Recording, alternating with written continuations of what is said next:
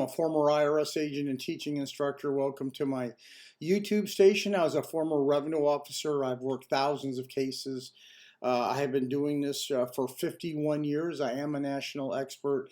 I've been on almost all the major news stations. You can see my videos. It's not that you'd want to, but I have to say 777irs.com. I taught the offer and compromise program. I'm an expert. Peter Salinger in my office has worked over 3,300, he thinks, offers and compromise, reviewing them for the government. So we know what we're talking about for the offer. There's probably 99% of the people in this space have no idea what they're talking about. They're there for a handout, a retainer. They're here to promise you things, and they don't know what the hell they're doing. I know that for a fact because I get all the splashback from people who are now upside down from IRS debt because people, in fact, have been ripped off by these people. So today I want to talk to you about how to get the lowest IRS settlement.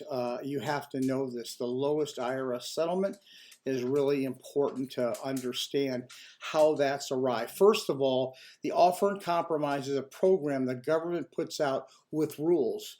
It's not based on a percentage, a happenstance, what you think you can pay, what you should pay. It's based on a formula. It's a very specific formula. The best place to find the formula is go to the IRS.gov and look for the pre-qualifier tool for the offer and compromise. You can walk through it and see if you're eligible. It's not an end all. It's okay. You know, if you turn this over to a pro like myself, we're probably going to do some changing to that. But basically, IRS is looking at two things. They're looking at what the value of your assets and what the value of your money is.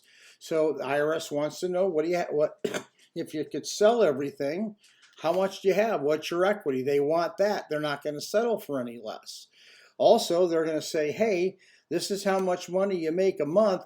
What are your expenses? And IRS is going to say, no, we're not going to allow those expenses. You're going to have to use our expenses and not yours. And you go, what? You know, yeah, the Department of Labor has expenses in every county in the United States that says this is what you must use. That's where you get screwed. You want to know what yours are? Go ahead and Google IRS National Standards for Housing and Utilities.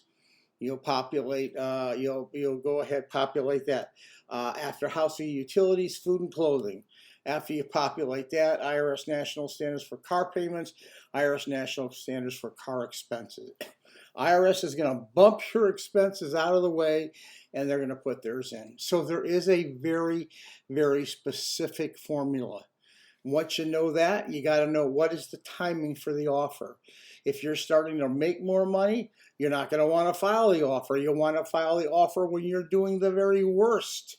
If you're just starting to make income, you may not even be eligible. Also know this. You must give IRS your total equity in all your assets. Real estate is discounted, homestead is discounted 20%.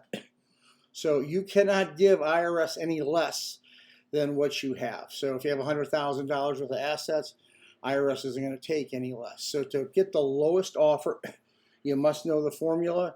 You must know the timing, when to put it in, and you really have to know the expenses they're going to allow. Call me if you need me. I'm a national expert.